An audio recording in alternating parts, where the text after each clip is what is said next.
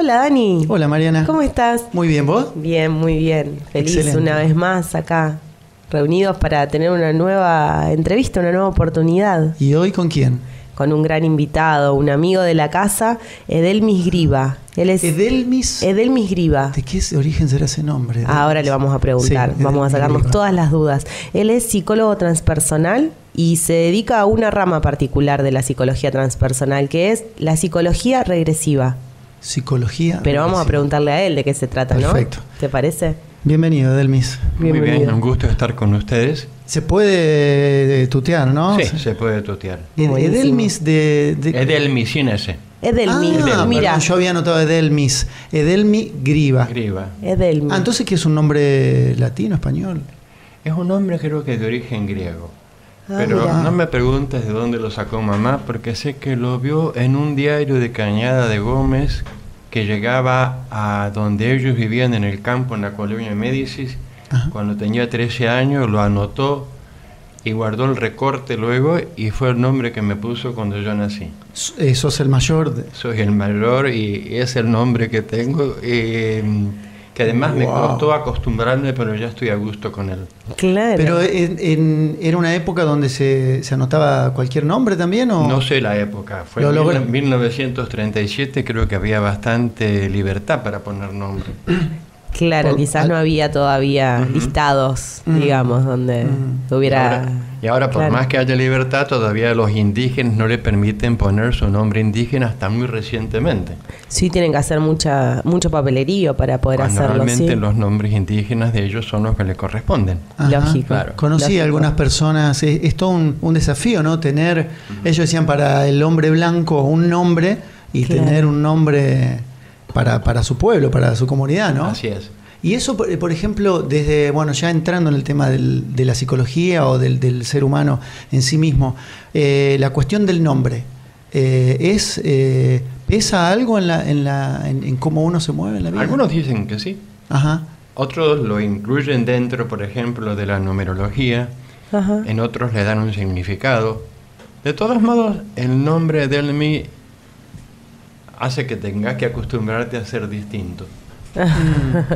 ¿Y vos has sido un hombre distinto? Aparentemente sí, porque siempre me costó repetir algo que me enseñan tal cual me lo enseñan.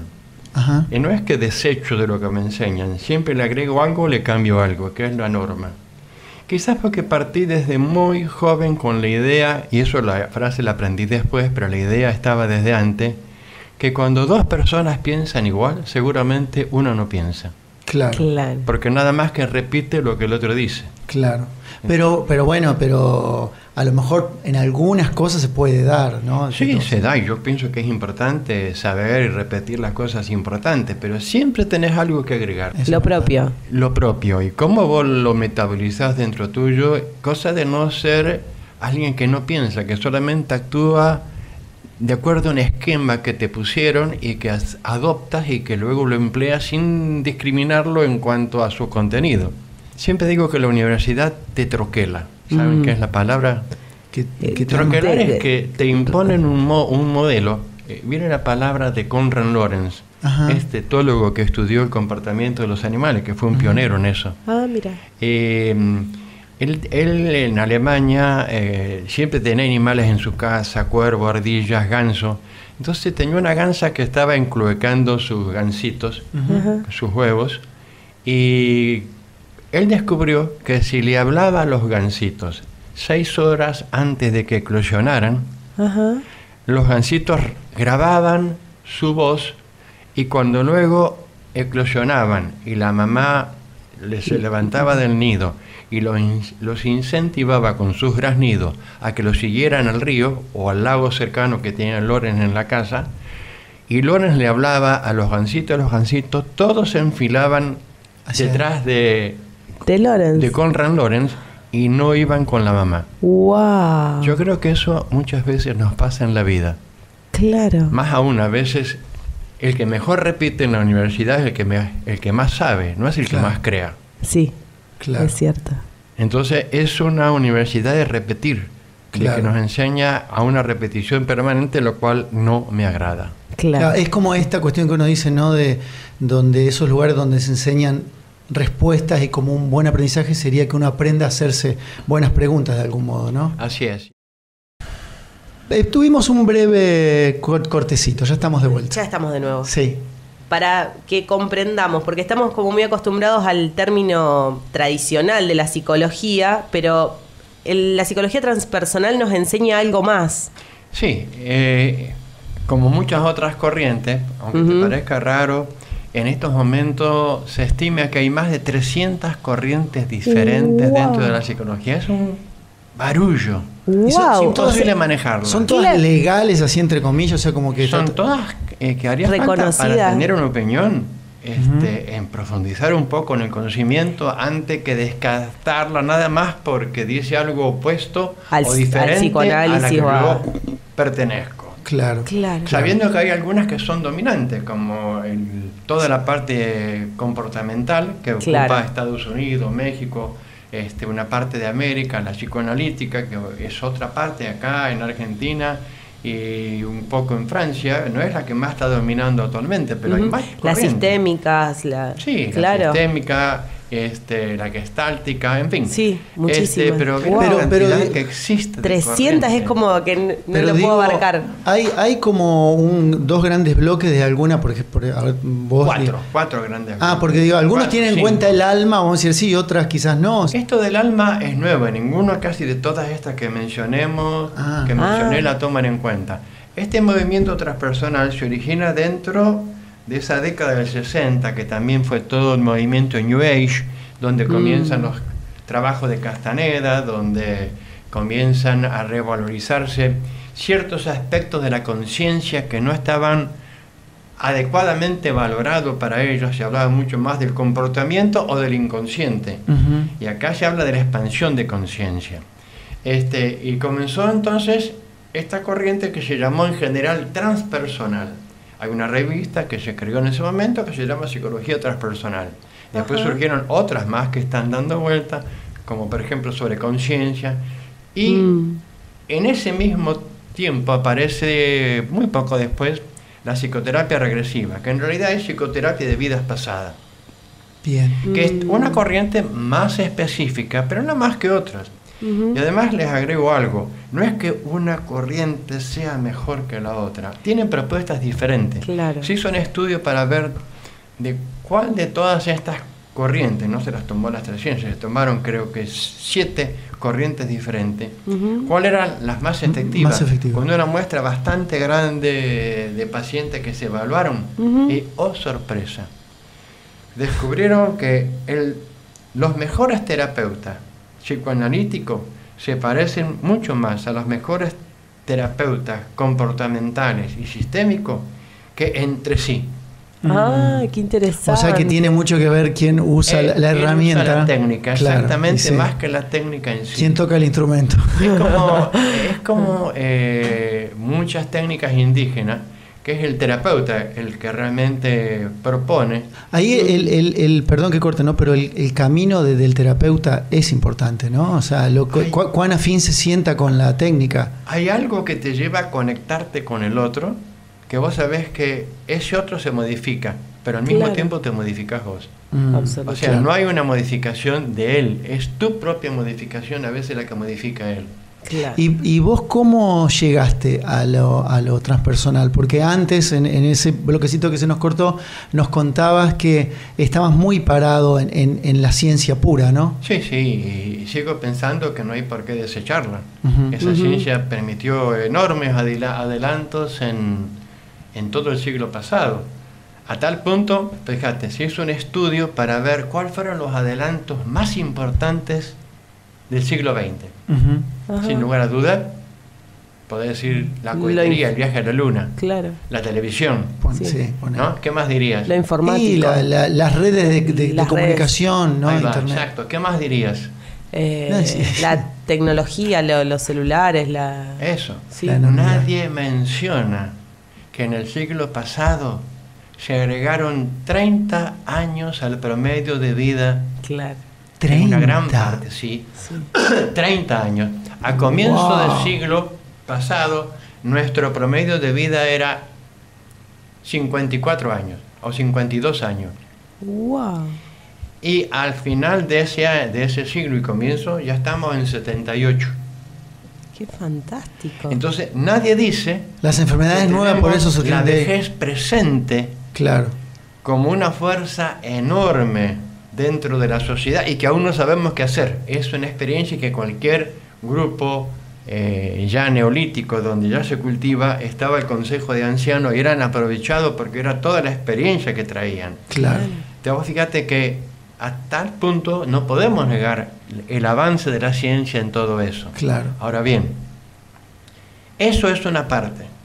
La otra parte es que ese avance, como todo avance a lo largo del tiempo, desarrolla ciertos aspectos y se amputan otros, porque no se toman en cuenta. Y no se fue tomando en cuenta la parte no oculta, sino la parte postergada de nuestros niños, de nosotros mismos, que es cuando, por ejemplo, echamos en un cajón de cesto todo aquello que vemos y que no es cierto. O sea, murió tal persona y dice, yo lo vi en la casa. No, lo imaginé. Entonces la imaginación es el cajón de cesto, donde ponemos todo aquello que no podemos entender de acuerdo a las normas de la cultura. Claro. Que te impone un patrón perceptivo. Hay que ver desde acá hasta acá. Claro. Pero eso yo lo acepto con los colores, que vemos desde el rojo hasta el violeta. Y no podemos ver ni el infrarrojo ni el ultravioleta. Claro. Ahí Claro. es correcto. Sí, sí. Entonces sí debe ser el Pero rojo no y es violeta. correcto en el aspecto del alma. Entonces, esta psicología surge justamente partiendo de que el viejo concepto de psique, que es alma, lo retoma, y el objetivo de la psicología es el estudio del alma, en sus manifestaciones corporales o en sus manifestaciones de la conciencia. Claro. Y muchas veces se asocia la palabra conciencia con la palabra alma. Claro. Quiere decir que nada comienza cuando se engendra, ni nada termina con la muerte. Cuando uno va en esa regresión a ver quién fue en otra vida o en esta misma vida en otro momento, en pos de sanar quizás algo que le está haciendo doler en este presente, no sé si la palabra es sanar, ¿alcanza con que uno vea lo que pasó? Recordar y revivir, que son dos cosas diferentes, forma parte de un proceso. ¿Cuál es el proceso? Esta terapia parte de algunas ideas que son bastante básicas para poder entender el proceso posterior terapéutico. La primera de ellas es que no vinimos a la Tierra a no hacer nada, a no tener un sentido de las cosas que hacemos, sino que cada vida trae un sentido propio. Eso es que es clave, como el Dharma para algunas tradiciones. El Dharma para algunos. Claro. Un buen criollo diría, Dios no nos mandó al pedo de la tierra. Claro. ¿A qué vinimos? O sea que Claro. es clave entender que uno vino para algo. Para algo. Y que la única felicidad posible es cumplir la tarea que viniste a hacer. No hay otra. Claro. Vos fíjate que esto es muy excluyente. Vos fíjate que esto indica taxativamente algo que no se discute, lo cual debería ser de otra manera. Deberíamos discutirlo. Sí. Tal cual. Bueno, la segunda idea, si me permiten una palabra un poco media grosera, es que Dios no manda boludos a la tierra. ¿En serio? Wow. Claro. Sí, soy Quedo tranquilo. absolutamente convencido.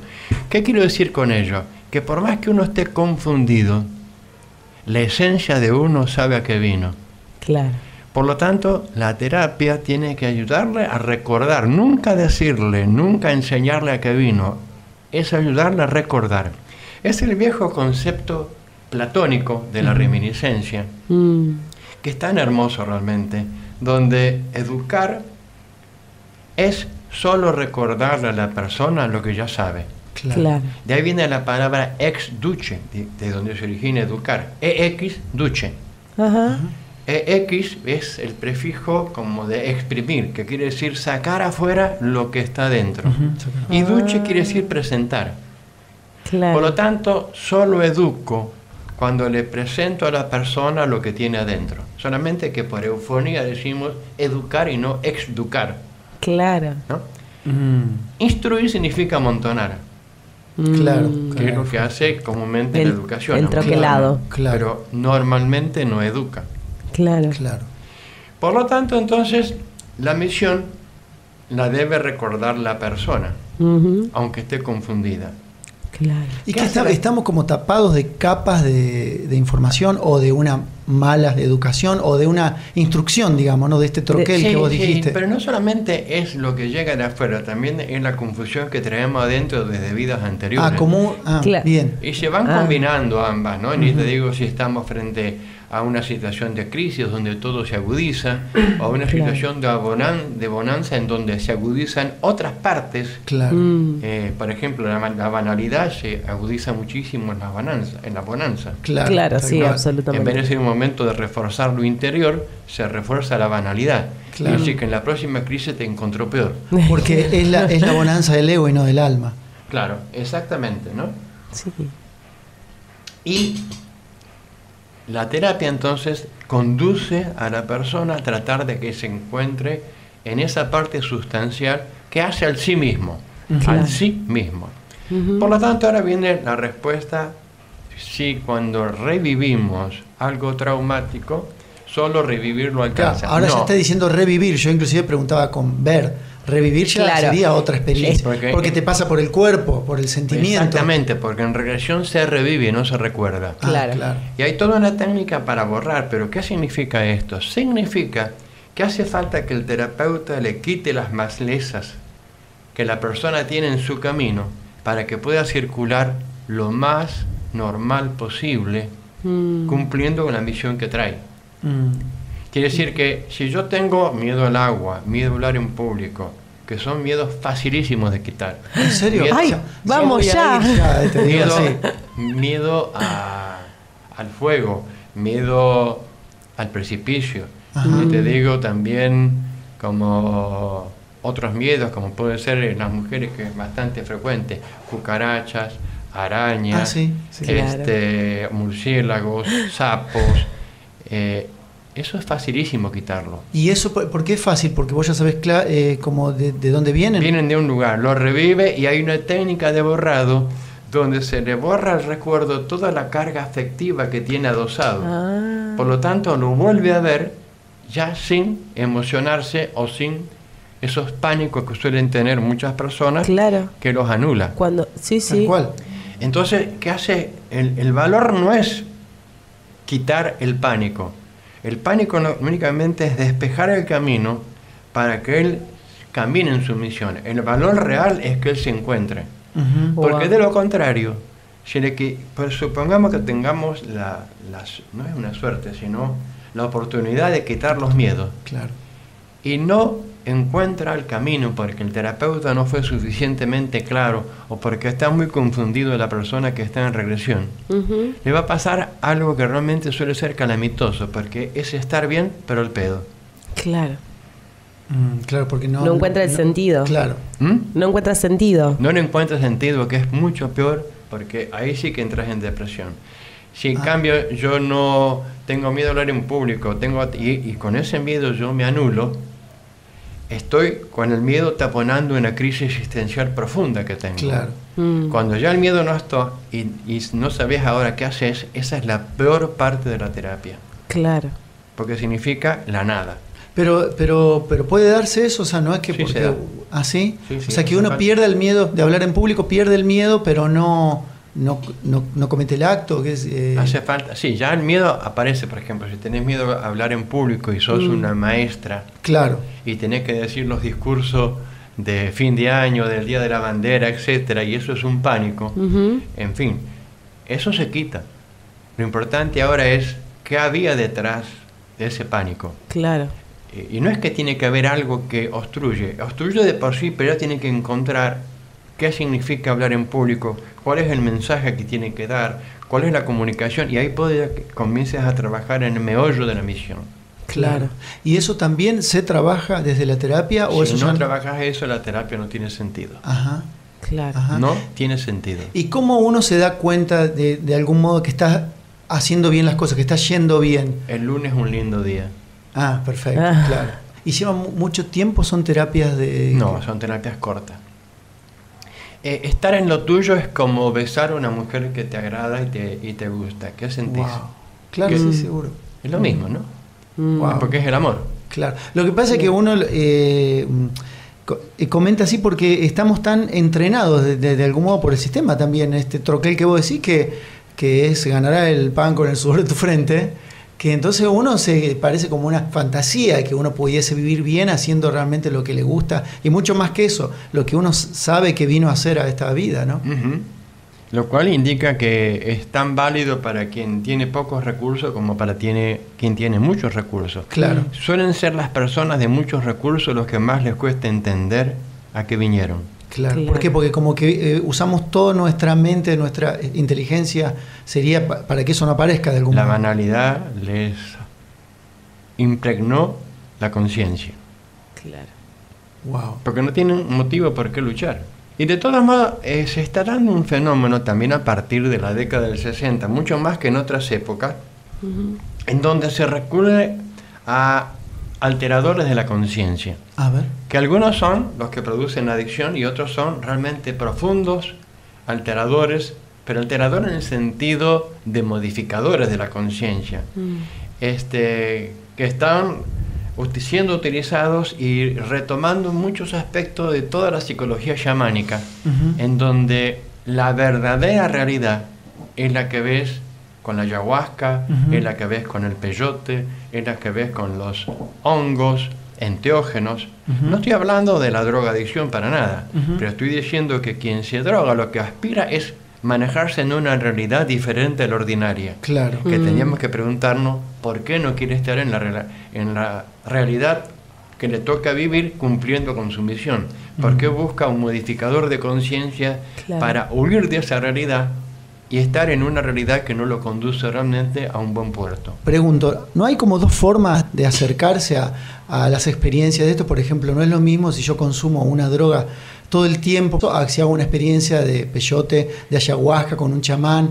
En realidad, si haces esa experiencia conducida por un chamán que conozca en profundidad los efectos que tiene el enteógeno, yo no le veo problema, porque no genera adicción. De todos modos, te diría, si usas la técnica de meditación diaria, o las personas que están en estado alfa, que entran en otro estado de conciencia, no les hace falta ningún enteógeno.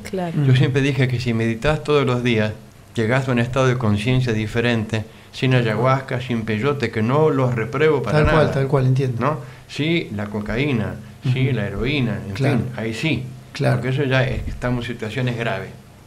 Pero yo te diría que por más o menos 1960, la Asociación Psicoanalítica Argentina, a través de una presidenta que tuvo, María Álvarez de Toledo, ellos habían comenzado toda una experiencia con LSD, y ella misma tomó ayahuasca y relata la experiencia. Después, por supuesto, el grupo ortodoxo la sacó de la asociación y nunca más pudo ocupar ningún puesto importante. Claro. Bueno, claramente uno tiene que entender si consume cualquier cosa de esa para un ritual, si ya uno piensa que lo va a consumir para toda la vida, quizá ahí ya sí pasa a ser como un bastón, ¿no? Sí, ese es un bastón en donde no logras abrir la conciencia por métodos naturales que son y muchos. Porque si me dijeras que hay un solo procedimiento, técnica de meditación, pero en estos momentos tiene que haber más de 30 dando vueltas en esta misma ciudad. Claro. Los diferentes tipos de yoga, los diferentes tipos de budismo, más las técnicas de expansión de conciencia, desde el método Silva hasta otros métodos, el de Naranjo, y otros más que en estos momentos no se me vienen a la cabeza. Ahora, desde tu práctica, ¿no?, con tantas personas, por ejemplo, Horacio Roberto, los otros días nos decía que él, si algo siente que todos tenemos en común, como con toda la gente que él trata, es la falta de amor. ¿Vos encontraste así como un denominador común en todos los casos, o algo de decir, mira, esto es lo que siento que esencialmente más nos pasa a los seres humanos? Te diría la respuesta desde dos ángulos. Las personas que entran en alfa, y eso lo hacen casi el 90% o más, un poquito más del 90% de las personas en alfa, al salir del alfa y ascender, entran a un lugar que es una gran luz, donde se sentís confortable, vitalizado, iluminado, libre, en armonía, y una mayoría de ellos sienten un profundo amor por todo. Claro. Pero un amor de adentro, no un amor desde el cuerpo. es un amor desde el alma. Cuando en el Padre Nuestro decimos, vénganos tu reino, siempre se me ocurrió pensar que ese es el reino que queremos traer a la tierra, porque a muchas personas en ese estado y en ese lugar, me refiero en estado alfa, y en ese lugar del espacio, si vos le preguntás, y eso lo digo en el siguiente libro que sale, a una maestra que se llevaba muy mal con la directora, ¿qué siente por la directora? No siente bronca. No siente nada que la distancie, siente que discrepa en procedimiento. Claro. Pero es como si desapareciera. Como si las almas se conectaran en ese plano. Y yo creo que arriba estamos todos conectados. Absolutamente. Por eso decimos, vénganos tu reino. Claro. Lo importante es que al vos vestirte de hombre y vos de mujer, cada quien se disfraza y actúa de acuerdo al rol que nos impone la cultura. ¿Las almas no tienen género? No tienen ni edad ni sexo. Ajá. Entonces el alma lo que quiere es poder integrarse, amar, unirse. Y es lo que uno siente, es lo que hace un niño. El niño tiene cero racismo. Él con tal de jugar, juega con un negrito, con un indio, con un chino, con un japonés. Claro. Por más que la abuela italiana sea racista. Claro, claro, sí, sí. Y que diga que los negros son tal cosa, como muchos italianos que llegaron... por lo menos de los de mi pueblo. Lo hemos visto, sí, yo también. Todos lo hemos vivido. Italiana y somos bastante racistas los italianos cuando nos descuidamos. Una nona que tenía decía italiano davvero, que eran los piemonteses, los lombardos, los venecianos, y italiano da merda, ¿no? Que eran los sicilianos, calabrese y napolitanos. Claro. Y eso nos trajeron acá. Bueno, el niño no hace esa distinción. Pero yo noto que cada vez los nenes son reflejos de los padres mucho más rápido que antes.